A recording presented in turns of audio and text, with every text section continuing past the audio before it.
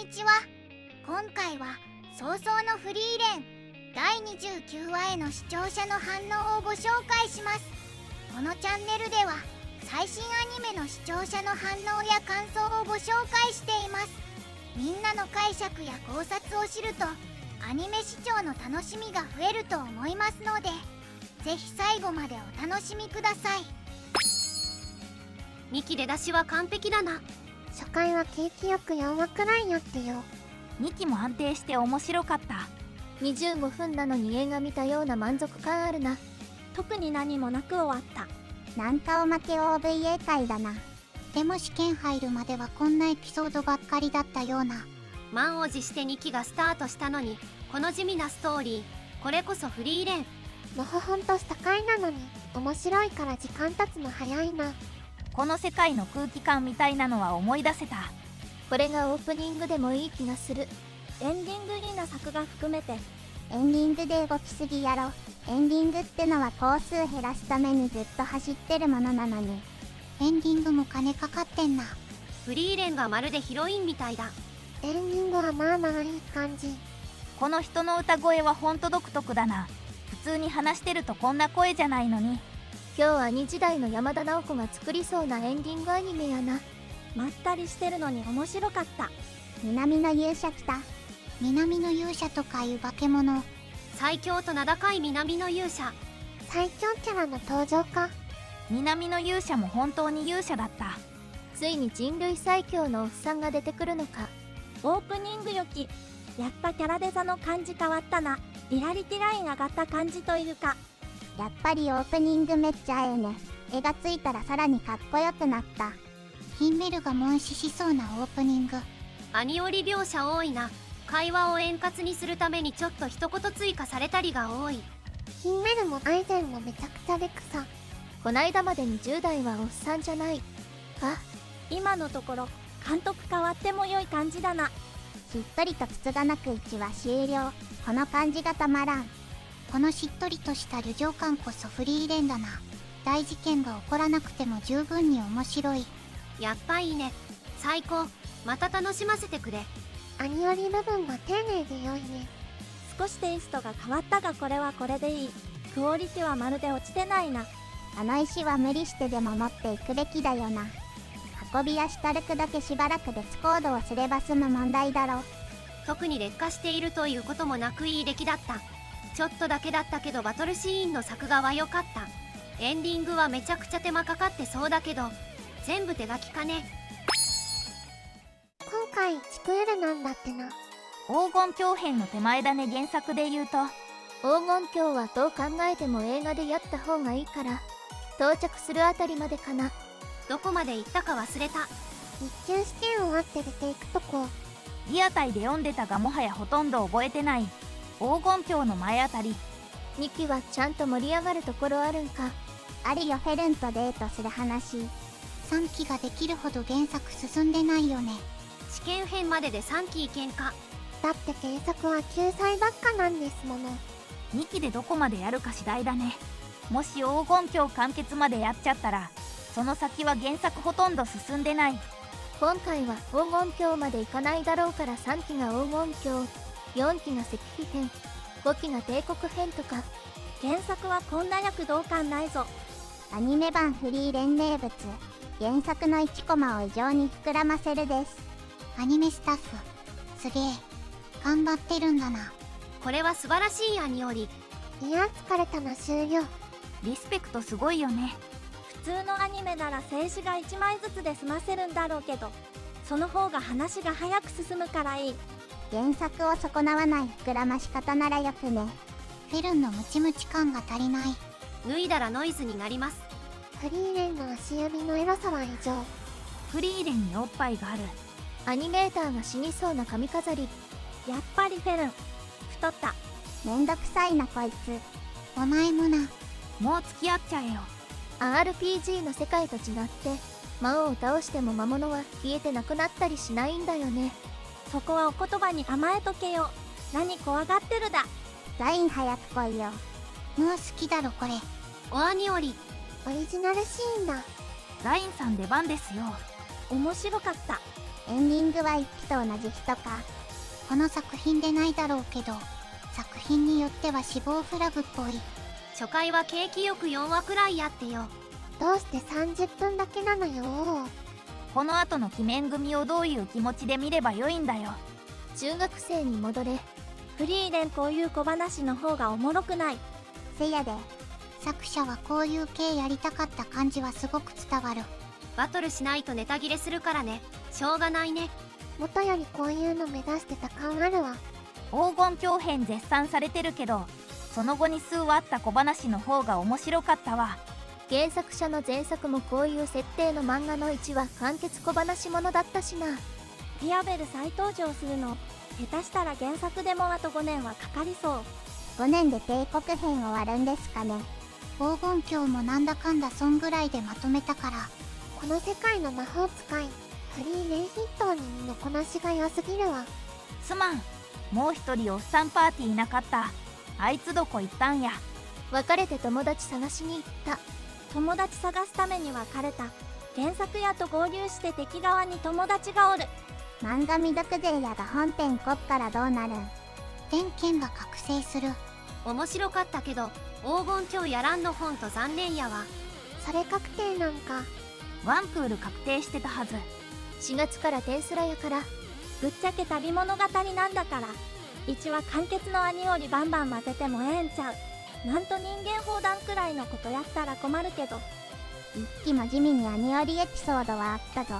1話丸ごとではないけど。サンデーがいろいろ打ち切りにして新年祭大量に始めた改革で唯一成果あるのがフリーレンだったな。映らないんですとアルバスをスコレ。実は分かっとるぞ。賞レース系で評価高いの多いし、もう漫画雑誌自体史みたいだから売り上げはどうにもならんが。そういえばこいつら何のために旅してるんや。ヒンメルに会うためんで行く。ナウ途中に魔王城がある。今の原作は救済し続けてるし、たまに乗ってもフリーレンパーティーとは別人絵ばっかフォーカスされてるからあかんわ。オープニングは一気にクールめのが一番良かったわ。2期範囲で一番面白い話はコーテージュ。異論は認める。フェルンも大概めんどくさいよね。スタルクは面倒くさくない方だよな。俺らの100倍くらいシンプルだと思う。これで1言われてもな。さっきがっつり担がれてたやん。身近な男なんてハイターだけだったから多少はね。バトルしたけど普通に仲良くなっててよかった。あの石スタルクが持ってフリーレンたちと3メートル離れてればめっちゃ便利なのでは。やるな字幕。は、30はおっさんじゃないだろ。おっさんは40からだろう。俺はつい最近まで40代だったんだ。予告は一期のままで嬉しい。みんな大好き南の勇者。南の勇者は声より1なんか。南の勇者はエピソードバーダックくらい話持ってもいいぞ。作画気合入ってるな。そりゃ日テレを代表する作品の一つだからな。しかもこの枠の花形だし。2期になって作画もテイストも変わってないのは良い。日テレは4月からこの枠を2倍にする力の入れよう。テンスラ入れてくる本気度。他局もアニメ始めてるから成果いいんだろうなこの時間帯。フリーレン A はなんか一緒に旅してるみたいな気分になって楽しい。わかる。フリーレンに感化されて自分も旅したい気分になってしまった。暖かくなったらちこち行こうかね。フリーレンの寝顔クソかわいい。まあ一番良かったのはフリーレンのケツかな。やたらとフリーレン様のケツにフォーカスした演出だったな。ありがとうございます。フリーレンは尻キャラ。回想のヒンメルがフリーレンを担いだ時に尻が顔に近かったせいか、ちょっと嬉しそうな顔してた。すぐに土下座するシュタルクを見て、普段からどんなモラハラ受けてるのか想像できて気の毒になった。ほんまにスタルク不憫すぎる。まあフェルンのせいやろうけど。魚で小さって言わなかった。これフェルンじゃないよ。なんかフェルンの演技違和感あったわ。フェルンの声が低くなってたな。回想場面で明らかにトーンが違う。そんなにフェルン違って聞こえるか。アベまでしょっちゅうやってるけど変わってない気がするぞ。2期のフェルンも相変わらずバチバチに決めてくるね。面白かった。アニメで水浴びシーンのお色気要素が増えることもなかったな。シュタルク怒られる要素ないだろこの程度。服着た状態で水に足つけてるだけなのにエッチとか言われて、シュタルクが平謝りしないといけないのが理不尽です。一応あれがフリーレン世界では下着扱いなんじゃね。体のラインも何も見えてない、描写されてないのにシュタルクが何を見たってんだしか。足なのか。水浴びにばったりした男には相手が気にしてなくても謝るしか選択肢がないから。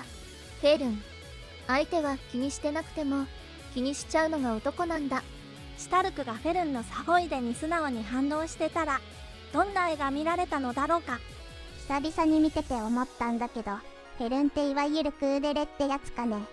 表面上はそっけなく見えても根は仲間思いだし、感情表現が増えてというか、彼女の不器用な愛情みたいなものが伝わってきて、感慨深い気分になったよ。照れてないぞ。このフェルンは良かった。フェルンが腕輪キュッてやる兄よりが良すぎる。最初落ちた落とし穴、ドラゴンと戦った時のシュタルクのジャンプ力なら壁蹴って簡単に脱出できそうだった。風魔港はシュタルクが3メートル離れて運べばええやろ。金がないのに敵出たらどっかに投げりゃいい指導にでもなる。今回みたいな不意打ち来たらそれだけで死ねるんだよな。だから常時3メートル離れてりゃいいやん。素直にもっと魔法無効化範囲広くすりゃいいんだよ。後衛をかばえない前衛の意味とは。馬車があればな。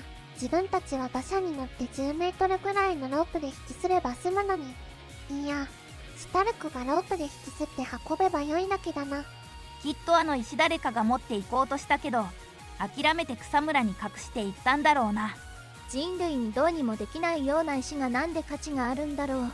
魔法使いって一部の人類にとっては脅威なのでは。あの魔法無効化する石があれば魔族も簡単に倒せるんじゃね。ドルトラーク使えないクバールなんて雑魚でしょ。あれを投石するのが最強戦術やね。風魔港があれば黄金鏡とかもなんとかなるんでしょう。ディアベルハンと連れの女はなんとなく覚えてるけど、もう一人の地味男っていたっけ。お花畑でボコられたやつ。そういやディアベルってシュタルクのこと気に入ってたっけ。シュタルクはなんかとつきやすそうな雰囲気を醸し出しているし、周囲から愛されているのもわかるね。うろ覚えだけどビアベルって俺様系の見た目に反してお人よしな性格じゃなかったっけ。なのでいかなる手段を用いてでも前を手に入れるなんて言っておきながら、最終的にはシュタルクの意志を尊重して潔く身を引いてくれるだろうなとは予想ついたよ。3人組の結束力について切り込んだお話だったし、良いエピソードだったな。個人的にはこういう大きな事件が起こらないのどかで静かな雰囲気のお話は大好物だぜ。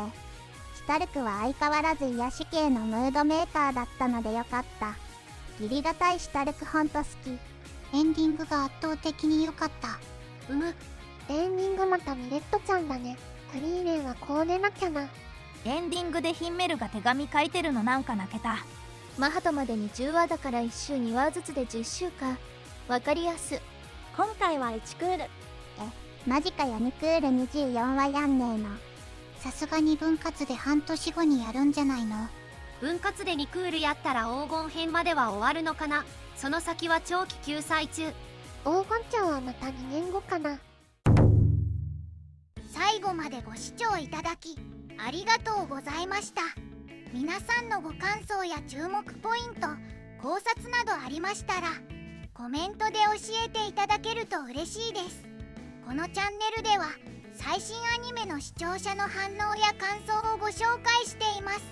ぜひチャンネル登録とグッドボタンをよろしくお願いします。それではまた次回の動画でお会いしましょう。